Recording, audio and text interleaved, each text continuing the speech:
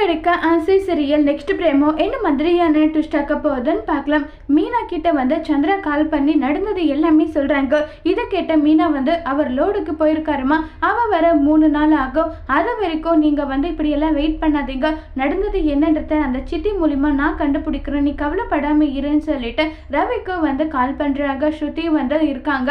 ஸ்ருதியும் வந்து என்னாச்சுன்னு சொல்லிட்டு கேட்குறாங்க. உடனே மீனா நடந்தது எல்லாமே சொல்றாங்க. சிட்டி தான் ஒருவேளை இதை பண்ணிருப்பானோன்னு எனக்கு தோணுது. சிசிடிவி ஃபுட்டேஜ் எல்லாமே அவன் கேட்டிருக்கானா, ஒருவேளை இந்த குடும்பத்தை பழி வாங்கணுன்றதுக்காக இதை பண்ணிருக்கலாம் இல்லைன்னு சொல்லிட்டு ஸ்ருதி வந்து சொல்றாங்க. ஆமா, அப்படி கூட தான் இருக்கும், நம்ம இப்பவே போறோம், அந்த சிட்டியை வந்து கையும் காலமா பிடிக்க போறேன்னு சொல்லிட்டு ரொம்பவே கோவமா மீனா அங்க போறாங்க.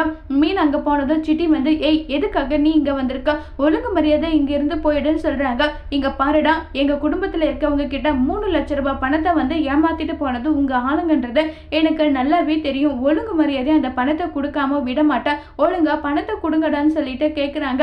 யார்கிட்ட வந்து யாரோட பணத்தை கேட்குறேன், அதுக்கும் எங்களுக்கு எந்த விதமான சம்மந்தமும் இல்லை. அப்படியா, அப்படின்னா எதுக்காக நீ போயிட்டு சிசிடிவி ஃபுட்டேஜ் கேட்ட, அதுக்கான பதில் எனக்கு தெரிஞ்சே ஆகணும், கூடுடான்னு சொல்லிட்டு ரொம்பவே கோவமா கேட்டுட்டு இருக்காங்க மீனா. உடனே சிட்டி இப்ப என்ன செய்ய போறாங்க, இதை செய்ய சொன்னது ரோகிணிங்கிற உண்மையை மீனா கிட்ட சொல்லுவாங்களா இல்லையாங்கிறத வரப்போற எபிசோட்ல வெயிட் பண்ணி பார்க்கலாம்.